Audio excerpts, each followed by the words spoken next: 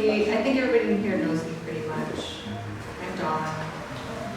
I don't really know what to say. I don't, like most artists, I don't like talking about my work, but I will, and I'm happy to. Tell you guys what it's about. And I have a whole book that I made telling about what it is because I thought it would be easier to write about it than it is to talk about it. And that's not always true either. Sometimes that's hard to do too.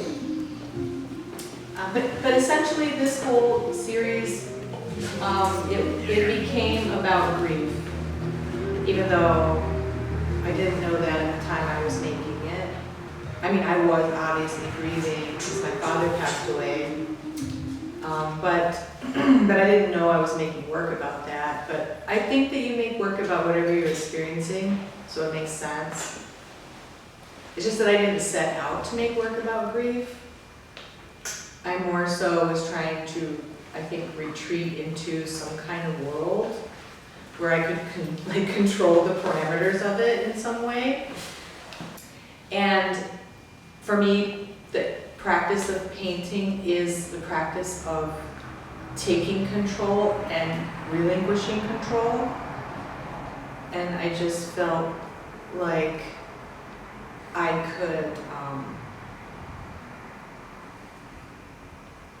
could process what I was going through and also escape it at the same time, if that makes sense. I'm pretty sure that's what I was doing. So yeah, in the process of doing that, I started to cultivate these different images that were being repeated over and over again, and creating my own language of symbolism as I was moving through this body of work, which took a year to make. And then it sat in my studio for a year, waiting for a space to live. And now it's here, living in this space, 2 years past the inception of it.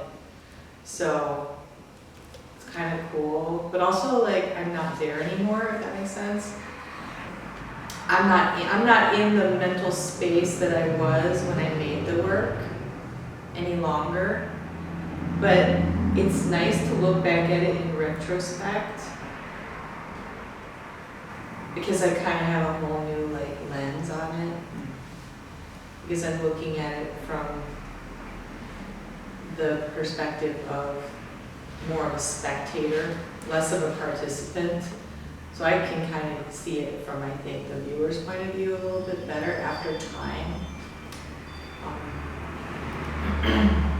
So yeah, I don't know what I think about it yet though. I still haven't really processed what it all looks like to me. It kind of looks to me like a fairy tale when I look at it objectively, and I think, wow, this looks like a fairy tale storybook. And you could almost write a passage for each, thing. And I think it kind of was because when I was making it, I too felt like I was reverting back into a portion of my childhood. Yeah, makes me sad a little bit. So yeah, the work is very, very personal. And at the time I was making it, like I said, I didn't really know that. And I was also processing other things that are more broad than my own personal loss. I was processing the events of COVID, because it was just post-COVID that I started this work. And then I was also solitude, the idea of solitude. I was also processing animal exploitation, because that's a big thing that concerns me as an individual. So a lot of this work speaks to that. I was also processing different environmental disasters and just the environment in general, with concerns regarding that. Hello. Started without you, I'm so sorry. I was just saying that like a lot of this work is talking about like animal exploitation and environmental disasters, and that's like the underlying like theme that isn't like readily apparent when you look at the work. Because when you look at it, it just looks kind of playful, but there's something like dark or sinister like underneath it, and I think it's that stuff. Also, like Roe v. Wade was overturned when I was making this work, and two of those paintings there specifically speak on that topic of loss of innocence and loss of bodily autonomy and things like that. So yeah, there were more, what's the word I'm looking for? Universal themes of grief that were like layered on top of my own personal sense of loss of childhood innocence. Because for some reason when my father passed away, I felt abandoned. And there's also like that, you can, I feel like some of it kind of has that energy. I don't know how to describe it, but like, yeah, I don't know. Does anybody have any questions though? Maybe not a question, but more of, would you relate experiencing the work in the space kind of like reading someone else's diary? Because it's the idea that, you know, it was very personal and it was something that was documented, but now instead of being the one writing it, you're the one reading it. Kinda. I mean, I think for me as an observer, and being able to disconnect myself a little bit from it because of time, I think I can see that it is personal. I can see that. But I also feel like it's still kind of universal too. Like I can see that it feels universal in a way. Like some of the things like with the octopus piece, like that one feels more related to like a universal perspective as opposed to like an intimate individual perspective. I think it's because the background is like a vast desert, and the symbols of the snail being like the universe, and then the vase is like a really old, like more ancient vase, whereas some of the other ones are more like Rococo contemporary vases. So that one feels like more like it has like an origin feeling to it. Whereas like the one next to it, Ivory Effigy, that one looks more like a specific interaction between two figures, and a really personal one, you know, a really intimate interaction. So that one more speaks, I think, to like an individual narrative, you know, and it feels personal. So I think that, and a lot of them are like that, where there are like two figures that are interacting, and those feel very intimate. This one here, again, it has like a vast horizon, and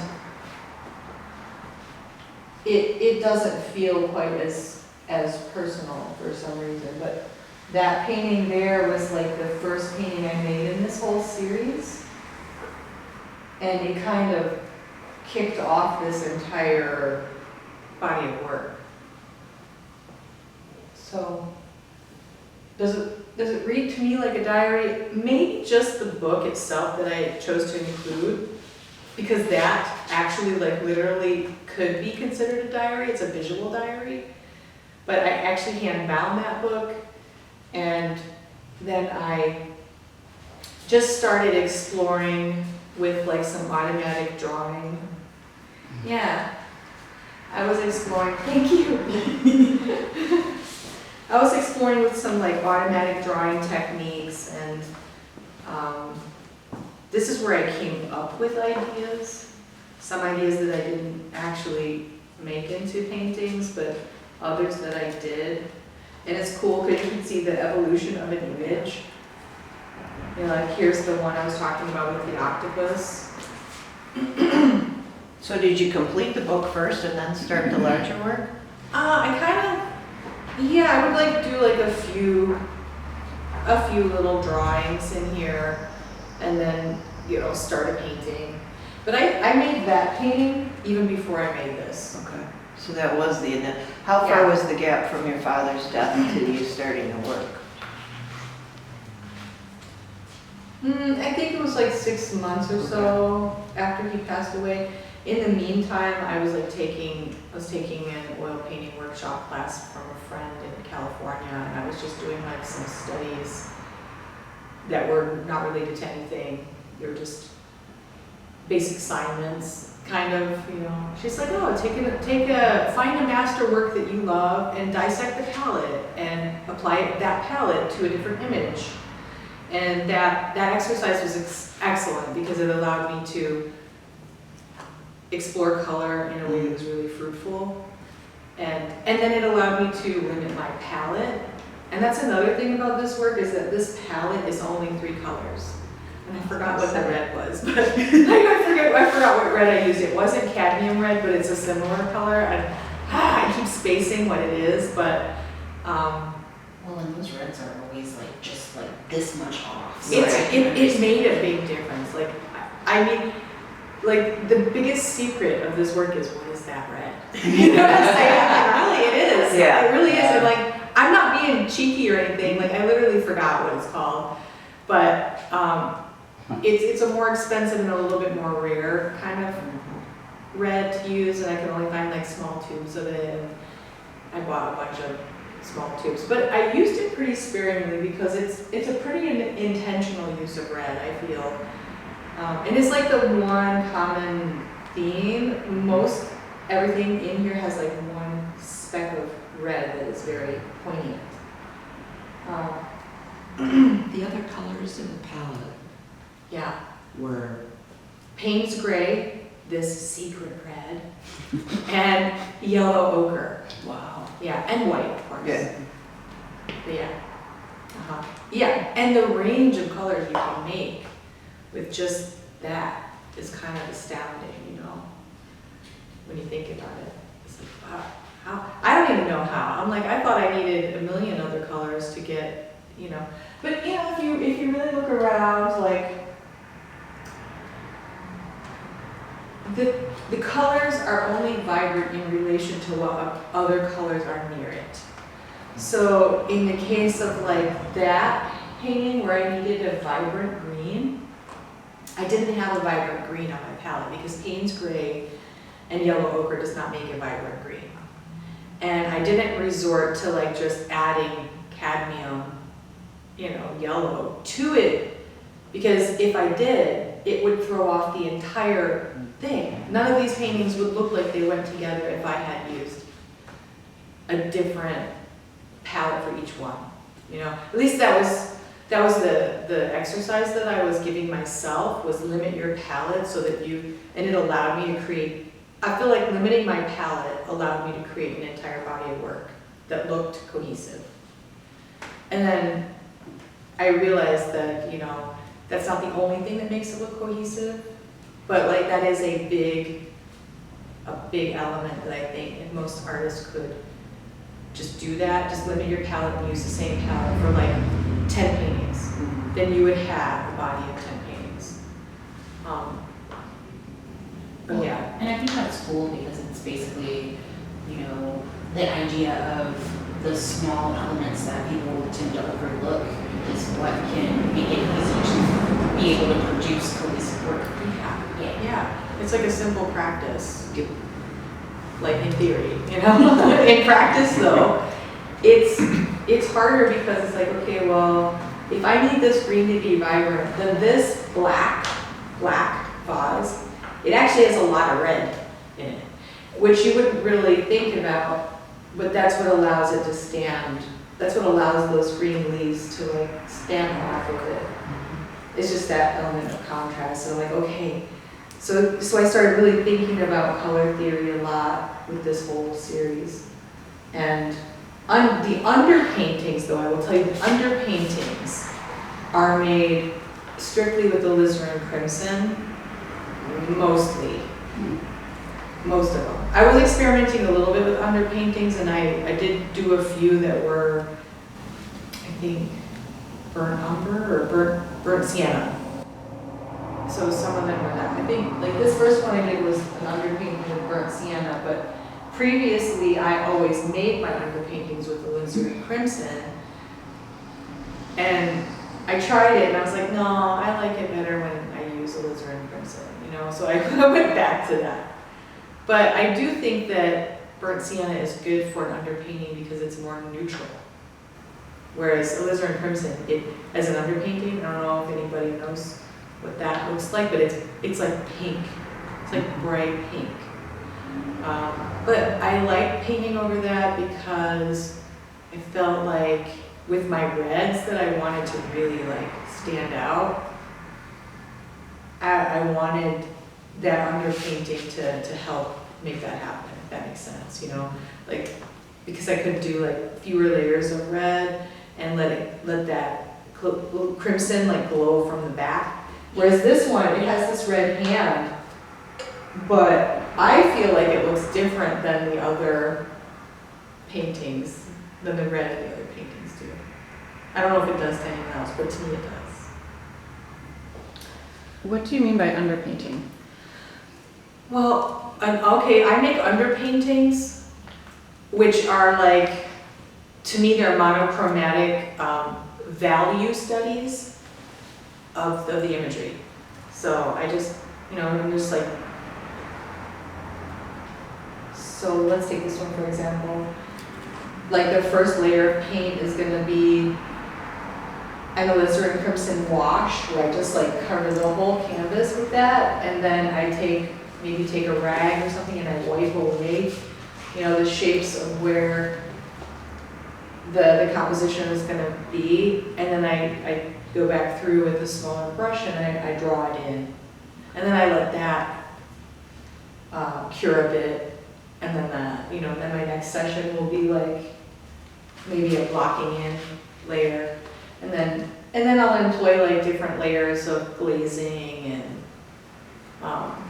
yeah, none of these are alla prima paintings, these are all like layers and layers of glazing. Are there any that you, well, and I don't know if when you're creating these, if you're the kind of person that like hates everything they make, or like, you know what I mean, like where you make it and you're like, something's always not done about it, or something's like unfinished. Do you ever feel like when you're in the process like that, are there any of these that you came back to later after you were like more patient or whatever with yourself and where you were when you made it, that you are warmed up to? Like maybe is there one that you didn't love out the gate, but you're like, this fits the, you know what I mean? Is there anything like that for you? I don't know. Or I the try layer to like separate myself a little bit from the outcome, if that makes sense. Yeah. Because I learned that if you like have a strict expectation, that will hold you back from exploring and just allowing something to become what it needs to be. And I used to be, and that's what I was talking about when I said like taking control and then relinquishing it. Because we go into a piece of work with a vision of what we want to make, and sometimes we really are attached to that. It's not, it doesn't want to be that. Yeah. So I let them have I let them be an entity. I let them be what they are. I think of them almost in a way, it's kind of like you would think of your children, where you maybe made it, but it isn't yours, It doesn't belong to you. It has its own life, its own energy. It's not just an object, if that makes sense, So I let it be what it is, and yeah, sometimes I don't like them. Sometimes I'm not loving it. I'm like, ugh, this is an annoying teenager. You know, this isn't a cute little baby anymore. This is a disgusting teenager, you know, or It's a 13-year-old. yeah. Yeah. But then it deserves my compassion as well. So I work through it, you know, and then I let it be what it is. I let it tell me what it needs. Somebody said that to me. I had a mentor say to me, why don't you just ask your painting what it needs? You know, and that changed my perspective about having to adhere to some like strict vision or outcome, you know. And I think that that is a very fruitful thing to do because it allows you to explore. If you're not exploring or experimenting or like engaged in the process in that way, and you're just really trying to force something to be what you want it to be all the time, I think it shows in the work in a way that makes it less interesting, you know? The vase concept, what's the symbolism behind that? Yeah, you know, the simplest answer for that is that it's just a representation of like the body Okay. as a vessel. And, you know, it's a pretty simple concept, but I also think like layered onto that, because of the types of vessels I chose to work with, there's a discussion about class that comes up too. You know, it's like, these are like priceless objects, a lot of them, except for, like I said, that really old one, that ancient vessel. And I don't really know fully, like, I was just really attracted to these objects in a way that was like, wow, well, I could never really own something like this, probably, because I came from a pretty, like, I would say like a low, maybe not even middle class background. I came from a pretty poor background, so just growing up, and I don't feel poor or anything, like I don't feel, I feel grateful that like all my needs are met in this world, and I think that's, you know, all we really need.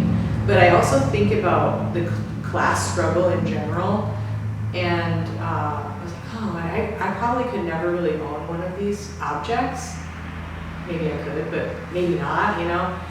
But also, like, I can paint them though, you know? Like, I don't really have to ever have one to, like, paint one.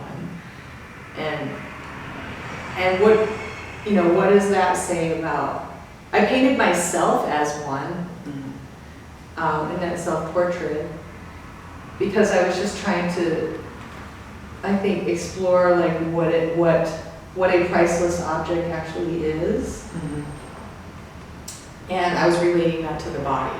And I thought, you know, all these things in the world that we could have, we could never, you know, they're so ephemeral, you know, they don't matter at all. Like, you can't take it with you when you go, and it's only yours as long as you're here. So is it really yours? It's like this idea of ownership too with it.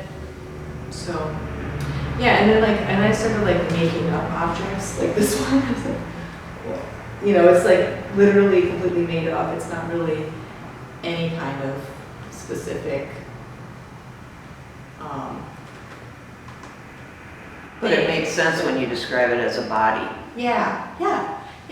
And that one over there too, I just like made it up out of parts of those Sagres like vases that I was looking at. They had the elephants on it. And I was like, oh, what if it was just all these elephants kind of gnarled up together, was its own figure. So I started like, I don't know, like that's what I mean by experimenting. Like if I just stuck to, oh, it has to be a perfect representation of this one vase that I love, which I made not necessarily perfectly, in my representations of them, but pretty close to realistic.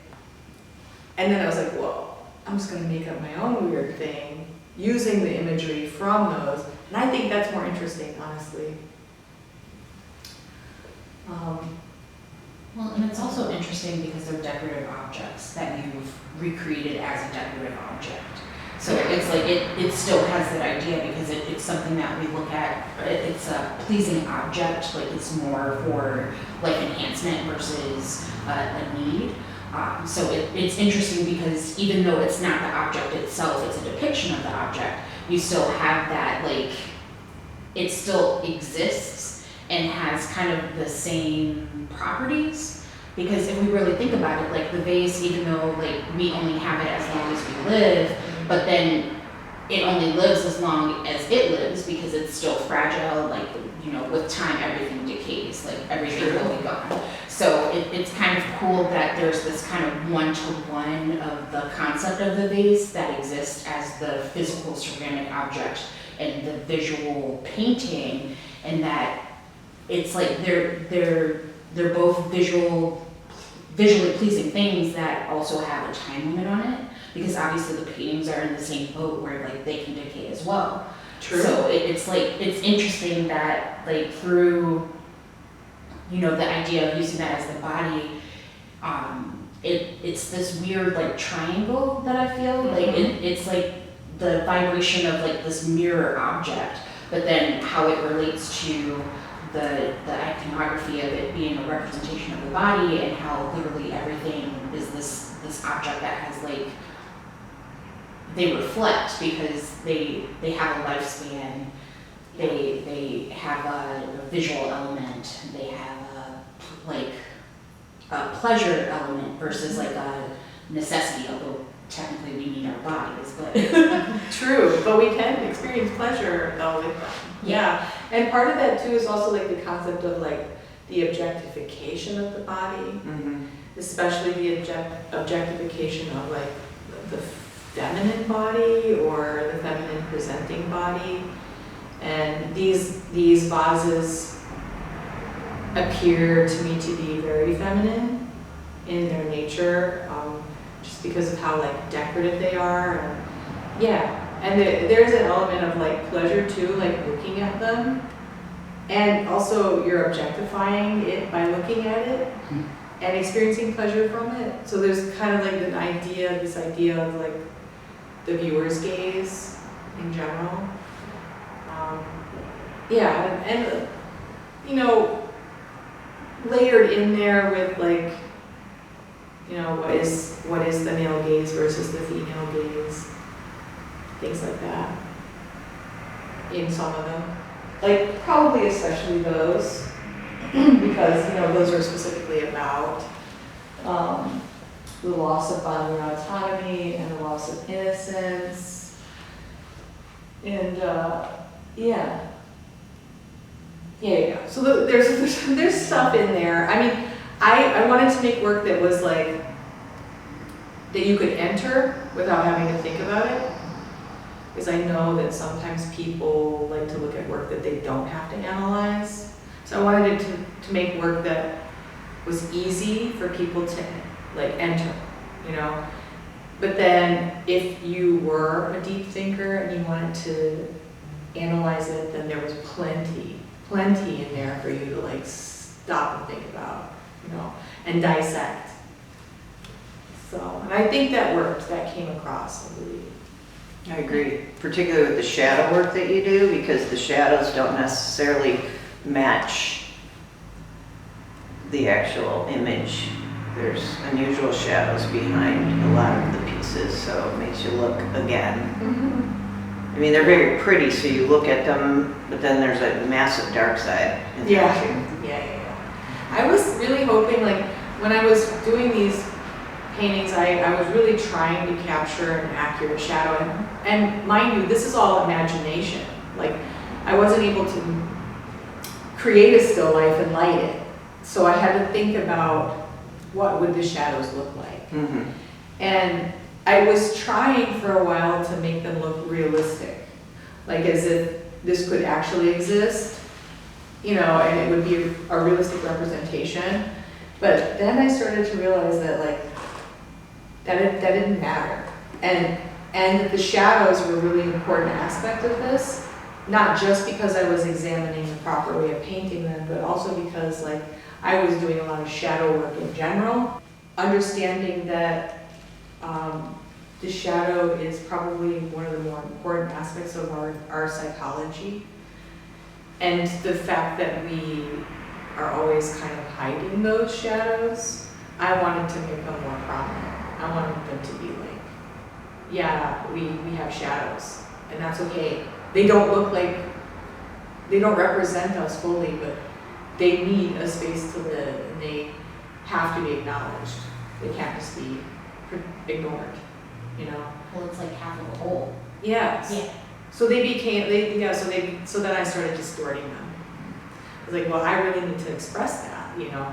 So these shadows need to not match in some of these pieces. And some of them, they kind of do still, like, but in others, they definitely are. Like the painting in the very first spot there has like this huge, like, weird hand shadow. This like a big, long, creepy hand. Yeah, and that one's titled Suckling Pig, and that painting is essentially about like just how brutal humanity can be. And you know, that hand is sort of coming in, like nurturing that little pig, but then its shadow is like this awful, scary, you know, thing that you wouldn't want touching you probably, you know. And yeah, I just kind of, I feel like that painting probably is the darkest painting that I made in here. Do you feel like how does your creative process work for you? Do you say, okay, I'm sitting down for 8 hours today and I'm gonna try and work some things out that I wanna work on? Or does it kind of hit you sometimes while you're driving and or whatever, you know, like does it hit you and you're like, okay, I need to shelf that for later? Or like, I guess I'm just wondering how you get your paintbrush on the canvas from the idea, or like, yeah, what your process kind of is. I think if you live your life as an artist, every moment of your waking and even dreaming, even your non-waking life tends to be about creating or being creative in some way. So the first time I started creating like a visual iconography was I woke up from a dream and I saw like an albino bunny, and for some reason like instantly like that became a symbol for me, and I started replicating that. It's right there in that little teacup right there. That little bunny started showing up in a lot of stuff even before this series, and I realized that thing meant it represented the loss of innocence, and that was like an important concept that I had to talk about. So I just kept putting it in things where it felt intuitively right to put it. So that's like one aspect of like how that happens, but it's holistic, because it's things like that, and then it's driving to work, and it's thoughts, and it's walking my dogs, and it's, you know, making a loaf of bread, and then it's sketching an idea, it's writing a song, it's every moment of my waking life is a dedication to the practice of creating, period. And so it doesn't take long for me to eventually start painting. It's just like an eventual evolution of like my daily life, you know? It's like, oh, I woke up, I had a dream, it was cool, I sketch it out, I feed my dogs, I walk my dogs, I, you know, plan my day, I'm gonna go to the studio, I get there, maybe I had this idea, so I start like making a little color study, and maybe I don't know what to paint, so then I set up a little still life, and these were like still life that I set up in my studio, and I'm like, I don't know what to paint today. I don't have a series going, but I need to explore light and form, so I set it up, I light it, I start making these, and then eventually I'm like, oh, it'd be really cool. I kind of like these compositions. Let me start these paintings, and then I start maybe 3 or 4 paintings at one time with underpaintings, and then, and then I block this one in, and then I block that one, and then I go back to this one, and there's a process, and it becomes like super habitual, if that makes sense, like Sure. ritualistic and habitual.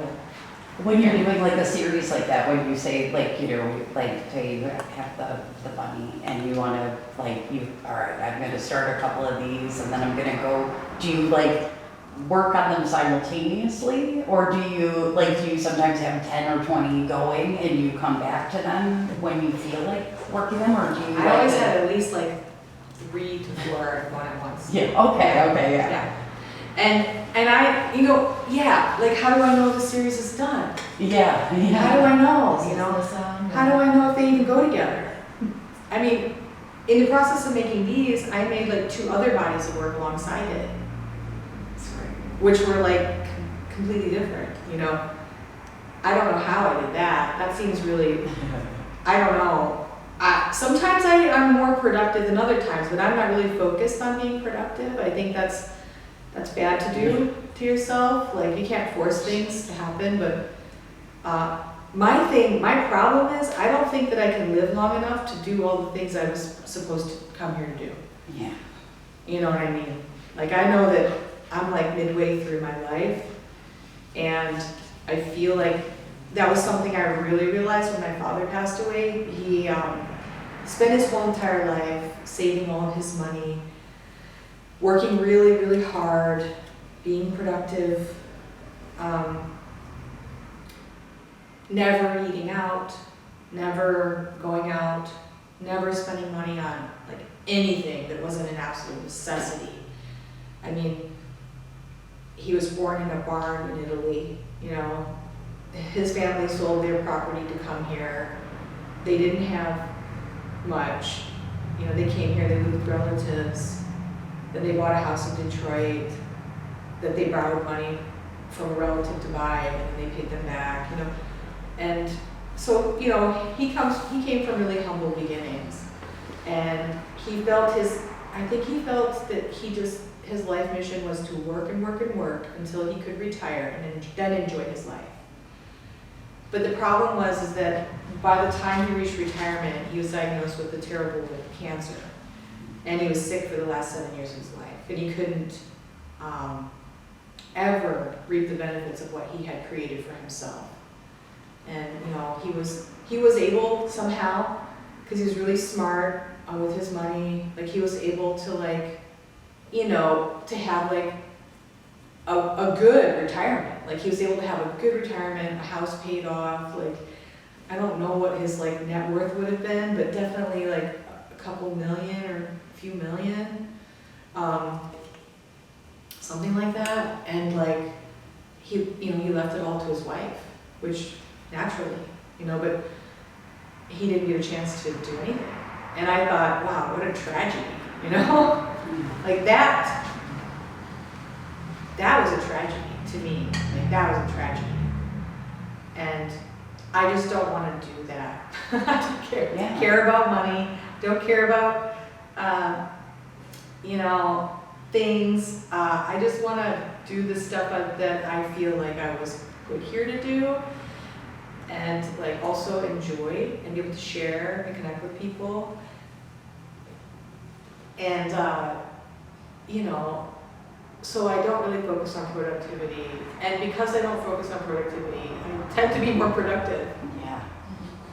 About productivity as it is about consistency. Yeah, And I'm just doing my thing. It's a lifelong practice. Yeah, I just every day wake up, do my thing.